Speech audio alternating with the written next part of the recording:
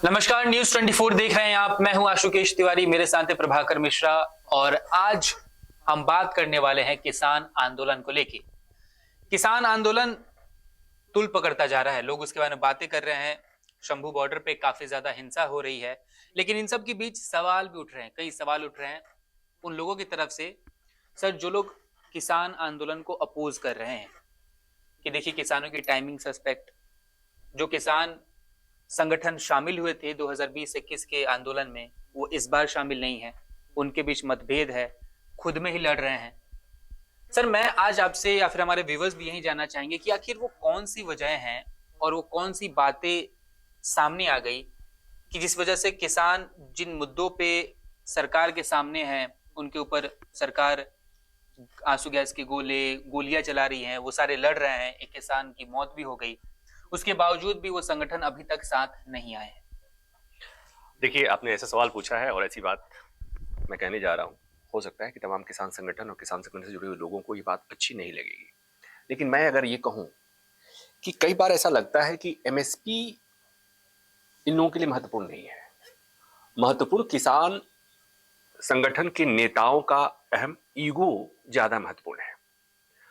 वो इसलिए मैं कह रहा हूं और बहुत जिम्मेवारी के साथ कह रहा हूं कि अभी जो आंदोलन चल रहा है, इसमें आप देखेंगे कि तमाम बड़े किसान संगठन गायब हैं। अब पूछेंगे कि किसान संगठन बड़े गायब हैं तो कौन गायब हैं? हरियाणा का सबसे महत्वपूर्ण किसान संगठन गुरनाम सिंह चढ़ूनी गायब है। पंजाब का सबसे बड़ा और जुझारू किसान संगठन उग्राहा ग्रुप गायब है। राजेवाल गायब है। और भारतीय किसान यूनियन राकेश टिकैत का ग्रुप गायब है। और गायब बोल रहा हूं, इसका मतलब लोग कहेंगे कि हम गायब नहीं है जी, हमने तो सपोर्ट दिया हुआ है, हमने कॉल दिया हुआ है। आज जैसे विरोध प्रदर्शन कर रहे हैं वो इस एक किसान की मौत के ऊपर, उसके बाद से उन्होंने 14 मार्च का कुछ आह्वान किया हुआ है, इस तरह की बात। लेकिन ये जितनी चीजें हो रही हैं वो सब बाहर बाहर हो रही हैं। अगर समर्थन होता तो इन्हें बॉर्डर्स पे होना चाहिए था, लेकिन वो बॉर्डर्स पे नहीं है। क्यों नहीं है ये समझना बहुत जरूरी है। हमारे दर्शकों को भी चीजें समझ में आ जाएंगी कि किसान, ये सियासी पार्टियां ही सियासत नहीं करती हैं। नाम भले ही किसान संगठन अपना राजनीतिक नाम रख दे या गैर राजनीतिक नाम रख ले। मसलन उस किसान आंदोलन के बाद से भारतीय किसान यूनियन, जो राकेश टिकैत वाला जो गुट है, उसमें से एक धड़ा निकल गया और उसने अपने को और राजनीतिक कहा जी। तो ये बहुत आसानी से कह लेते हैं कि निकल जाते हैं और हम कहते हैं कि और राजनीतिक है, लेकिन किसान संगठनों के भीतर इतनी राजनीति है जिसका अब बहुत मुश्किल है ये करना, राजनीति से इनका इतर होना। हालांकि पिछला आंदोलन जब हुआ था तो 400 से ज्यादा किसान संगठन शामिल थे। हालांकि ये बात और है कि उस समय भी पंजाब और हरियाणा के किसान संगठन ही आगे आए थे और बाद में सारे किसान संगठन इकट्ठा होते गए। उसके बाद से एसकेएम एक अम्ब्रेला ऑर्गेनाइजेशन टाइप उभर कर आया और उसके बाद से सब लोगों ने मिलकर के उसके अंतर्गत आके आंदोलन शुरू। और ये आंदोलन सफल भी इसलिए हुआ कि सब लोग एक साथ लड़ रहे थे। बीच बीच में उनके मतभेद आते थे, लेकिन मतभेद सामने नहीं आते थे, पीछे पीछे चीजें तमाम हो रही थी। लेकिन ये जब बैठते थे साथ में, सरकार से जब डील करते थे, बार्गेन करते थे, जब बैठकें होती थी तो सब साथ में रहते थे जी। लेकिन जैसे वो आंदोलन खत्म हुआ उसके बाद मुझे जो बात समझ में आती है कि किसान संगठन के नेताओं में इस बात की होड़ लग गई कि कौन चेहरा बनकर उभरा, कौन पीछे छूट गया। और उसके बाद आपने देखा फिर उसमें से कुछ संगठन ऐसे थे जो पंजाब में विधानसभा चुनाव होने थे तो उसमें चले गए थे, वहां चुनाव लड़ा। गुरनाम सिंह चढ़नी चुकी चुनाव की वकालत करते रहे हैं। तो उसके बाद से हुआ कि जो लोग चुनाव में चले गए या जिनका लगता है कि वो सियासी हैं, उसको छोड़कर कुछ लोगों ने एसकेएम और राजनीतिक बनाया और उन्हीं में से उन्हीं का ये आंदोलन है। और इसको लीड कौन करने वाले हैं? तो डल्लेवाल और जगदीश सिंह डल्लेवाल और अभिमन्यु कुहाड़ का ग्रुप जो है, वो मध्य प्रदेश का जो किसान संगठन है, शिव कुमार कक्का, उन्हीं का संगठन है। किसान मजदूर मोर्चा भी शामिल है इसमें। हाँ, और उसके अलावा किसान मजदूर संघर्ष समिति जो पंढेर का संगठन है जी। तो जो पंढेर का संगठन है, पंढेर का संगठन तब भी था, लेकिन ये भी जानना जरूरी है कि उस समय पंढेर का संगठन सिंघू बॉर्डर पे जो मोर्चा लगा हुआ था ना, उसमें बाकी किसान संगठनों का मोर्चा एक था और श्रवण सिंह पंढेर का मोर्चा अलग था। ये लोग सरकार से बातचीत में शामिल नहीं थे, ये मंच साझा नहीं कर रहे थे।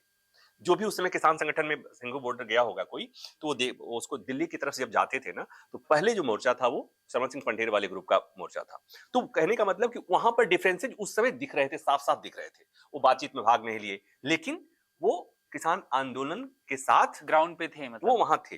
अभी क्या हो रहा है? तो अभी नहीं हो रहा है। क्यों नहीं हो रहा है? तो आप जब बात करेंगे किसान जो लोग शामिल नहीं है उनसे बात करेंगे, तो वो कहेंगे कि दरअसल देखो जी, ये आंदोलन जो बुलाया गया वो हमसे सलाह नहीं ली गई, हमसे बात नहीं ली गई और इन्होंने अपने मन से ले लिया। तो उनका सवाल, एक तो पहली बात ईगो का टकराव है, दूसरी बात ये कि जब आप हमसे बिना पूछे और बिना सलाह लिए आपने आंदोलन खड़ा किया तो हम क्यों है?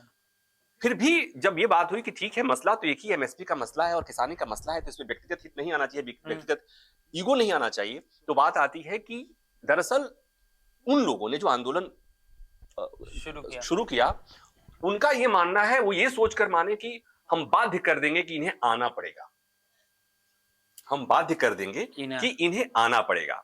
तो ये अंदर अंदर इनमें इतना खींचतान है। एक चीज और आपने देखा होगा कि इस आंदोलन में जितनी बार प्रेस कॉन्फ्रेंस और मीडिया को संबोधित किया जाता है और उसके नेता करते हैं, मणि कुमार की अगर बात करें, वो सबसे हिंदी में बोलते हैं तो ज्यादा मीडिया को संबोधित करते हैं, तो ये बात बार बार कहते हैं कि ये आंदोलन जो चल रहा है वो हमारे रणनीति के हिसाब से ही चलेगा।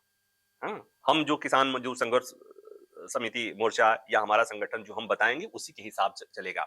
इसका मतलब कि कहीं ना कहीं वो एक भय है या आशंका है, उन्हें लगता है कि अगर ये जो संगठन जो छूट गए वो अगर शामिल हो गए तो हो सकता है कि उन्हें आशंका होगी कि ये आंदोलन डीरेल हो जाए या बार्गेनिंग वो कर लें या ये फुटेज ये लेकर चले जाए। एक मतलब नेता तो सबको बनना है, इस बात में कोई दो राय नहीं, नेता सबको, हाँ सबको चाहिए।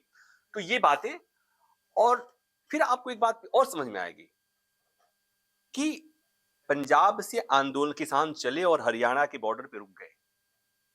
पिछली बार भी पंजाब से किसान चले थे और हरियाणा के बॉर्डर पे रुक गए थे। हरियाणा का बॉर्डर का पुलिस बैरिकेड्स पता है किसने तोड़वाया था? उस समय ये जो गुरनाम सिंह चढ़नी फोर्स नामक फोर्स है ना, हरियाणा का किसान संगठन, हरियाणा के किसान संगठन गुरनाम सिंह चढ़नी और उनके संगठन के लोगों ने पुलिस बैरिकेड्स हटाए, नदी में फेंके। मतलब वो लोग इतना एग्रेसिव हैं उनको आंदोलन का, तो उन्होंने किया। अब आज के समय में देख लीजिए कि एक किसान की मौत हो गई। तो मौत हो गई तो ये जो किसान संगठन बाहर बैठे, इनके पास कोई चारा नहीं, इनको भी तो दिखाना पड़ेगा कि हम किसानों के साथ हैं। मसला मुद्दा भी एक ही, लगभग एक ही है, इसमें कोई दो राय नहीं। जहां वो आंदोलन छूट गया था उसका ये सेकंड पार्ट है, जहां वो छूटा था उसके ये बात और है कि जिन लोगों ने उसे छोड़ा था वो दो हिस्से में बट गए, उसमें आधे बाहर रह गए, आधे से अधिक बाहर रह गए, और कुछ लोगों ने तय कर लिया कि हमें आंदोलन करना है। और उन्होंने एक दूसरे से, चूंकि उनके इतने अंदर के मतभेद हैं, उन्होंने साथ में नहीं मिलाया। तो अब जो संगठन बाहर रह गए उन्हें आना भी है और उन्हें वो नहीं आने देना चाहते हैं, चाहे एक अलग तरह का दुराव भी है। लेकिन किसानों को, देश को, उन्हें ये संदेश भी देना है कि हम इस मसले के साथ हैं, हम इस संगठन के साथ हैं, इस आंदोलन के साथ हैं।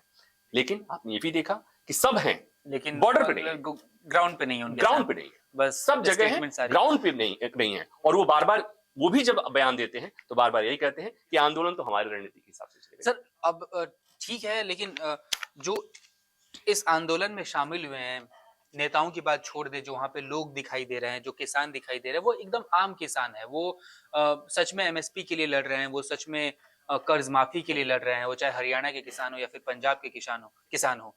तो ये आपको नहीं लगता कि मतलब ये दोनों संगठनों को, मतलब जो गैर राजनीतिक है, जो राजनीतिक है, उन सबको एक टेबल पे आके मिलके एक बार, जैसे कि आप भी बताया आपने कि 2 दिनों का उन्होंने पॉज लिया है, वो रणनीति बना रहे हैं और एक मौन शोक भी रख रहे हैं जो किसान जिनकी डेथ हुई है उनको लेके। तो इन 2 दिनों में उनको बैठ के बातचीत करना चाहिए। मान लीजिए अगर दूसरी तरफ ईगो प्रॉब्लम होगी भी कि चलिए आपने हमको नहीं बुलाया, आपने हमसे टाइमिंग के बारे में बातचीत नहीं की, क्या ये टाइमिंग ठीक थी कि नहीं थी, कैसे इंप्लीमेंट करना है, उन सबको हटा के अब जब मोर्चा निकल चुका है, अब जब किसान बॉर्डर पे हैं, तब उनको शामिल होना चाहिए?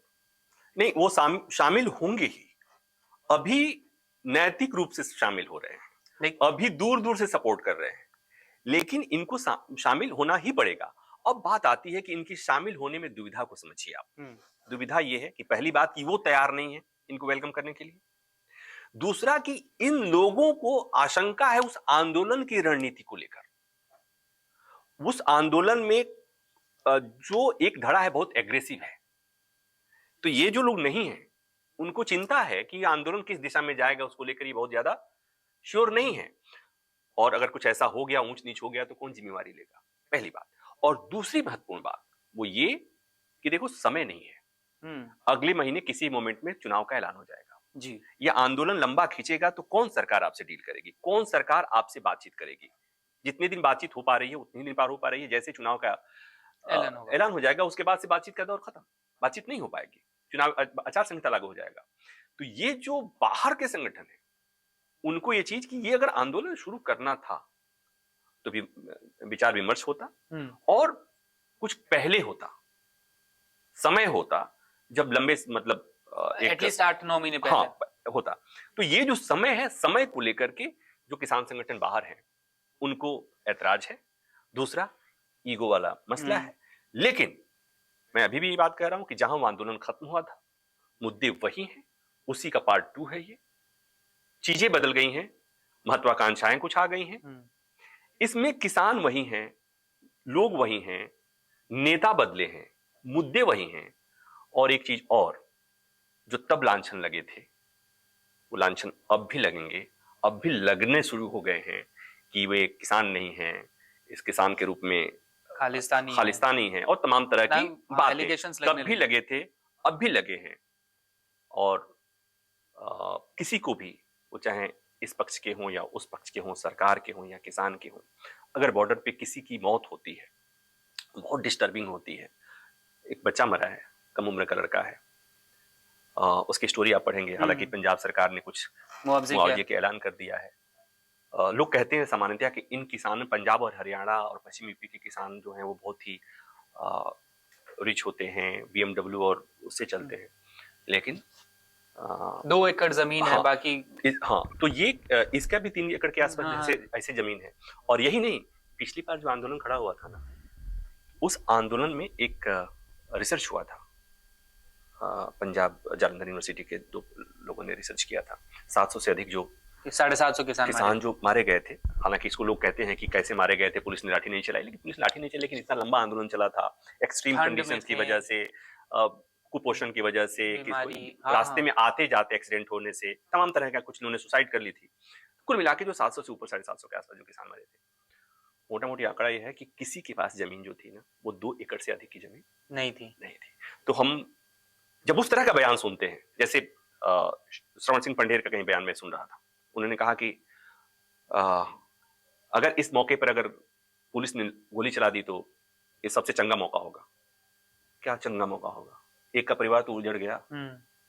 तो ये मुझे लगता है कि सबको इस बात में, इस दिशा में सोचनी चाहिए कि कितने हद तक वो करना है, हठधर्मिता अपनानी। हालांकि मैं इसे हठधर्मिता कहूंगा तो लोगों को बात अच्छी नहीं लगेगी, लेकिन सबको ये सोचना है कि बातचीत से ही समाधान निकाला। एक मौका था, सरकार ने एक प्रपोजल दिया था जो 5 और गेहूं धान के अलावा जो MSP देने की बात, तिलहन दलहन की बात जो थी, मुझे लगता था कि एक मौका था जिस पर गंभीरता से विचार होनी चाहिए थी, वो विचार नहीं हुआ और उसे उन लोगों ने रिजेक्ट कर दिया।